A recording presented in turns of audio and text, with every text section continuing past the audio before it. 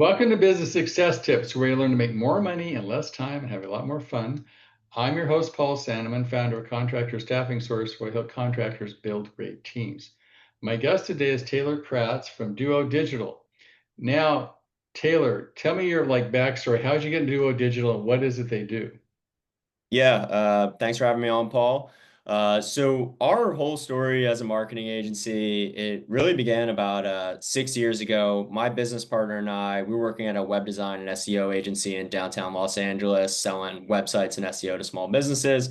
And he basically said, "Hey, let's start doing this on our own and build our own marketing agency." And so at that time, we had started actually Duo Digital's sister company, a company called Duo Strategy, which was a B2B consultancy for tech startups. So we were working with like seed and Series A companies, help them build their go-to-market strategy, figure out whether or not they had product market fit, and drive adoption of new ideas, basically.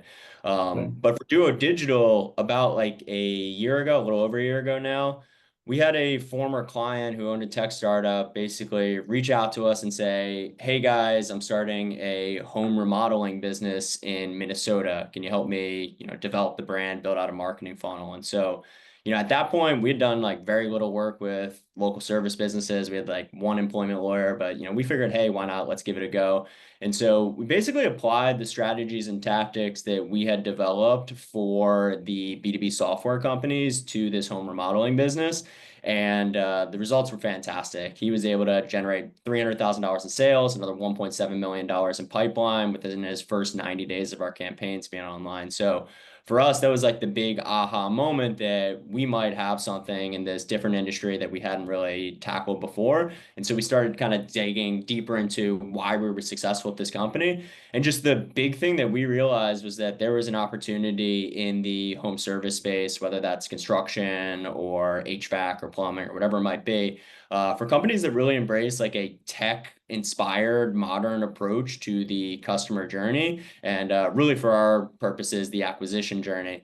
If you look around at other plumbing contractors or again HVAC or movers or landscapers or whatever it might be, they all kind of tend to look and sound the same online, which can make it really difficult for consumers to figure out who is actually the best fit for their needs. And so that's really the opportunity that we identified for our clients and that we're helping them seize with our services. Kind of our philosophy is that if you can build a funnel that channels high intent qualified traffic to a modern customer journey that differentiates the business, you're going to have a serious leg up on the vast majority of the local competitors in your market, which will allow you to attract higher quality customers, spend less to acquire those customers, and just be able to scale faster. And so, yeah, that's kind of the whole ethos The behind doing question I've got, how is it, how do you do what you do? I mean, how do you actually get people in the funnel? Yeah, it's honestly, it's really simple. We're not reinventing the wheel over at Duo Digital. It's just, I think we're dialed in on the process and have an understanding of like what modern consumers want in a funnel. And so at the top, it's a Google Ads campaign for the most part. We've just found that to be the place where you can drive the highest intent number of qualified leads. It's people that are actively searching to, for a home remodeler or for a landscaper or whatever it might be, right? So at the top of the funnel, it's focused on high intent keywords like, plumber near me or whatever it might be. And then it's driving them to a landing page. So not your website, but a page specifically dedicated to that channel and that marketing initiative that converts at a really high rate. That's really the key today to being successful with Google Ads. Like it's one thing to set up the campaign correctly, but because it is a very competitive channel and cost per clicks are really high, what you do with that traffic is really going to be the make or break to whether or not you're going to be successful. And so you want to drive them to a page that really has a high conversion rate and that is optimized to capture that lead information. And so I think that's really the key to our success. We just build badass landing pages. Again, inspired by kind of these tech clients that we used to work with that really convert at a high rate and allow our clients to, take more advantage of the clicks that they've generated that, they're paying a good amount for because they're for, again, somebody looking for like home remodeling company in my area,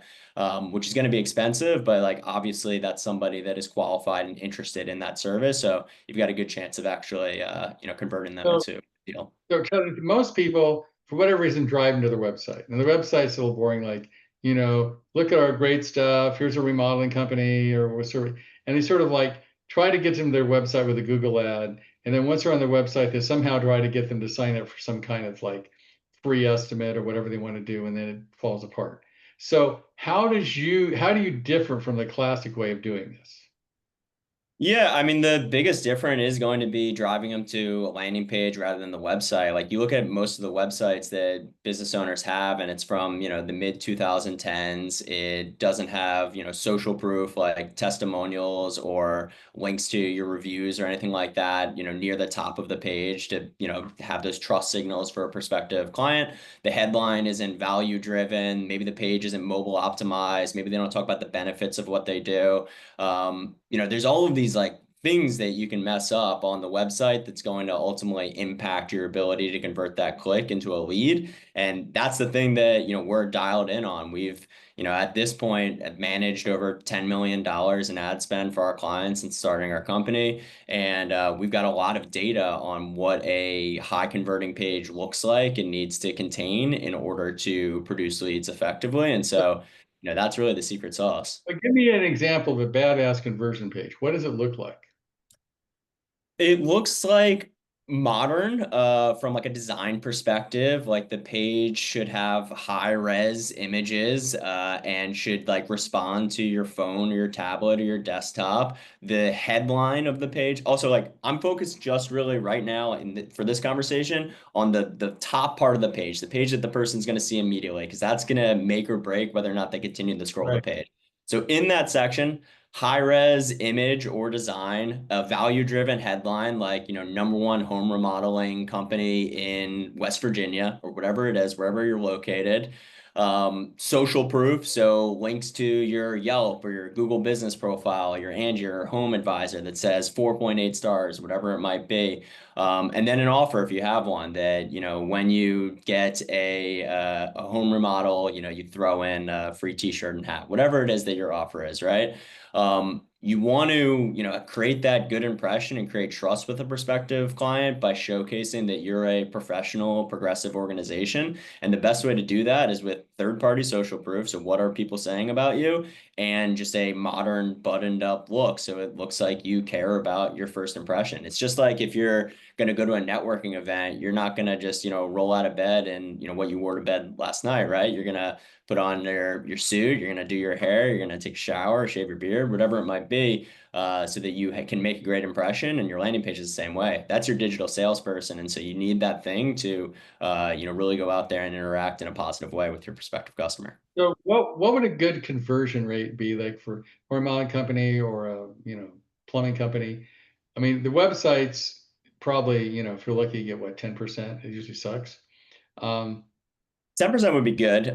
It really depends from service to service. Like a plumber, for example, they're going to have a much higher conversion rate than a remodeling company because of the urgency of that service, right? Like if I'm looking for a plumber, like I need that service immediately, right? Nobody's just looking up a plumber to see who's in their local area. So I would expect that page to convert at a, 15 to 25% rate, I think would be good. And I think you could get higher than that as well. Home remodeling is much different, right? Somebody wants to get their kitchen done. That could be something they're talking about for years, and they're kind of, exploring different options, seeing what the costs are.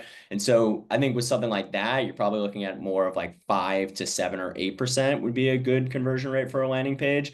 And then really putting in place, something to nurture those leads while they, maybe consider this purchase, figure out their budgeting, and just like stay, somewhat in touch with that person. It could be as long as a year or two, right? Before they make that decision, is going to be your best pet towards, making the most of those leads. But yeah, it really just urgency is the biggest thing that's going to impact the conversion rate outside of obviously having a nice page. You can imagine, like we have a moving client, for example, where he's got a page that converts at a 32% rate because when you're looking to move, you're going to get a bunch of quotes, right? If you click on those Google ads. But yeah, for something that's a bit bigger budget and maybe not as time sensitive, your rates are going to go down a bit. Well, can you give me if there's such things that you don't name of the company, but a sort of a typical ROI for how much money I spent on my ads and your services, and what can I look for in return? Yeah, I mean, my my partner likes to say you can't go broke making money. So obviously you want to see more than 1 to 1, right? Like ideally you're at least 2 to 1. I would say Google specifically, that's I mean, we do Facebook ads as well, but Google's the primary channel we operate or we execute. It's never going to be the most efficient channel, right? Like everybody wants more word of mouth and referrals because those are, they have the highest close rate. They don't cost anything. Google is a scaling channel, and so um, the idea that you're getting 2 or 3 to 1 return on ad spend or ROI rather, I think at minimum is a good place to start. You can get more than that, then fantastic, then you're doing really well. But the point is, if you're paying for those customers, you're bringing them in, you can scale that budget to 5, 10, 15, $20,000 a month, even more than that, right? And pay to bring in clients at some sort of cost-effective rate that allows you to still earn a margin on it. You're all of a sudden increasing the number of reviews that you have. You're increasing your referral opportunities. That's a flywheel where because you're just bringing in more customers, you're also increasing that word of mouth and referral potential, which is what everybody wants. And those are, kind of the unseen positive outcomes of a Google Ads funnel that you can really increase your ROI if you're able to look past just the immediate spending on the campaign and see how it's affecting your business as a whole, and just looking at kind of the more high level business metrics are, is my revenue going up, is my profit margin staying the same. That's great, right? If you can get bigger numbers and maintain profit margin, then you're doing really well. So let's say I'm going to spend, pick a number, if I spend 10,000 on your services and I'm netting 10%, right? That means I'm going to, if I get 100,000 worth of business out of the 10,000 I spent on you, I'm even, right? Theory. Okay, Because sure. my net profit is 10%, right? So Yep. let's, so if you cost me 10,000 and I get 100,000, I'm at 10% net, I'm even. On the other hand, if I spend 10,000 with you and I get 300,000 in business and I'm at a 10% net, then from the 10,000 on you, I got $30,000 in profit, which is a 3 to 1 ratio, right? Yep, exactly. And so you want to make sure that it's about 3 to 1. So if I'm going to spend 10,000 on something, I want to get 20 or 30,000 back in net profit in order to make any sense, right? Yeah, absolutely. I mean, I think like the thing about any sort of marketing really is that there's a learning curve with everything, right? Like I wouldn't necessarily expect that month one, starting with, even if it's Right. a Google Ads funnel, that you're automatically going to be at 3 or 4 to 1. But it's choosing the right partner and knowing that that person or that agency is looking at the metrics and making smart optimizations and pushing the leading indicators for that type of success in the right direction.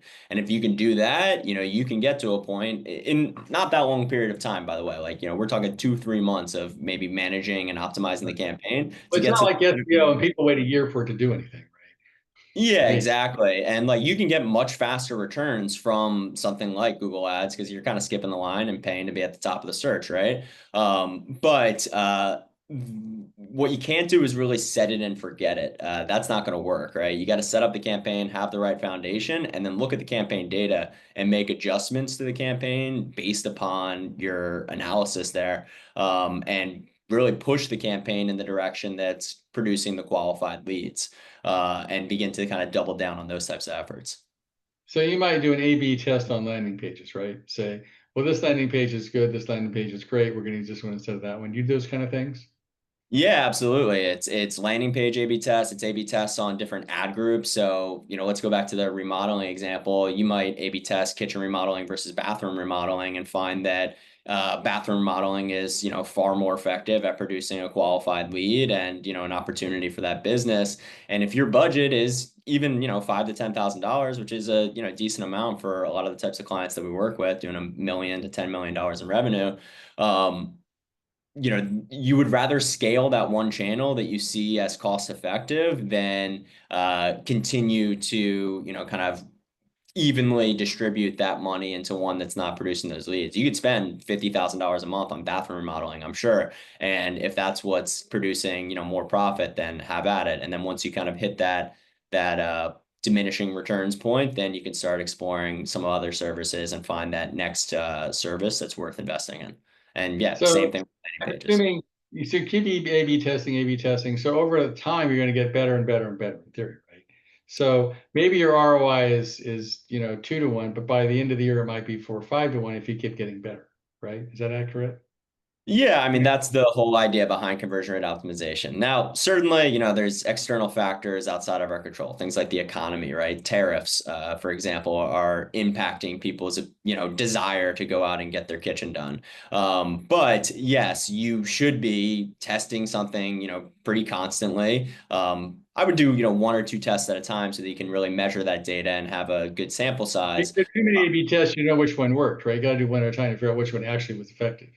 Exactly. Yeah, and you shouldn't be too, quick to jump to conclusions. 1 or 2 conversions really isn't enough to say, hey, this was Right. effective. Like you can see things that look like they're heading in the right direction, and all of a sudden the results completely shift on you. So spending some time and getting a good sample size for that test, and then saying, yeah, this worked, and moving on to your next is going to be the your best bet towards incrementally increasing that conversion rate and getting more and more cost effective. So I think one of the keys here is if you hang in there long enough, at least the advantage of digital marketing you're doing is that you can scale. You can turn it up or turn it down. It's not like SEO, you just hope the phone rings, right? You put all this stuff on your website, try to get the top of Google and see what the heck happens and hope you win. It's really hard to track what was, what, and somebody once said I waste half my advertising budget. I just never know which half. So the advantage of what you're doing is it's definitely traceable and say, well, I spent this money and got this much back versus things like SEO, which is just sort of hope, right? Yeah, I mean, I'm sure an SEO expert would probably say it's more than hope, and there is, kind of metrics you can look at to say that, hey, this is heading in the right But direction. they're not as specific. I mean, you can say, hey, more people saw your website, you're higher on Google. We assume because you're higher on Google and you rate more in these search words, you do this and this metric, and it looks like it's working for you, which is it's still more vague than when you do what you do and say, look, we spent this much money and got this much return because I can track it, right? Yeah, and honestly, that's what I really like about the business. Like, we've got no delusions about why people hire us and the value that we need to deliver in order to maintain employment with our clients. It's all about producing that ROI and producing qualified leads that turn into revenue. Um, Well, yeah, that can I be think crystal clear if you set up the I think the attribution. thing about what you're doing, Taylor, is a lot of people that are in this that are marketing for this industry have people look at statistics to make them feel good. And statistics don't make you feel good. What makes you feel good is revenue, right? Where your model is driven by, well, you're in the, it's not driven by statistics, it's driven by revenue, which I think is way better, right? Yeah, absolutely. I mean, back to the SEO example, they could talk about, the number of impressions that they're now occupying. And yeah, you've increased ranking on these different keywords, and all of that's good and fine. And it makes you feel good for maybe during that performance review. But at the end of the day, yeah, for us, it's like, all right, what's the cost per lead? That's good. But what was the lead quality? And did that lead turn into a qualified Yeah. opportunity? And did you close that lead, right? You can Because at definitely the end of the track that. day, you're only going to spend money on Google for so long if you haven't been able to produce any revenue out of it. Okay, cool. So, have people want to get in touch with you, Taylor, how do they do it? Well, you can go to our website. It's goduo.co and fill out a form there. You can find me on LinkedIn. My name is Taylor Kratz. Yep, I work at Duo Digital. You'll be able to find me. I've got a nice orange background in my profile picture. Okay. Um, yeah, I would say, or you can email me, taylor@goduo.co. Any of those avenues will work. Yeah, and yeah, would love to Okay. meet with your And business. I'm assuming part of your initial interview is whether it's a good match or not. You can say what they do, how they do it, and say it looks like we can work for you or not. But you're gonna, at least in the first hour or what half hour, give them a sense of whether it makes any sense for that specific company, right? Yeah, I mean, we'll dive into the actual Google data for their service and their service locations to basically see, is there enough search volume to make Google even a viable channel for them? And then, yeah, the call is figuring out, okay, what are your goals? What is your budget? what do we need to do in order for this to be cost effective? And yeah, trying to kind of solve that math equation, whether or not we can make the numbers work. If we feel that there is a pathway, then we're going to work together. Because like, just frankly, on our end, we're not profitable unless we can create a long-term relationship. If we're, getting canned after a month or two, it's a complete, loss on our end. And so it's really important for us to be able to find those types of partners that have that, market potential and are in a service area where there's, enough demand. So I would say if you're more interested in ROI than metrics, I would definitely give Taylor a call because I love the way their business is driven. It's driven by ROI, not just, well, this is where you've been. It's did I make money or not? So thanks, Taylor. I really appreciate you being here. Yeah, thanks for having me, Paul. Appreciate it.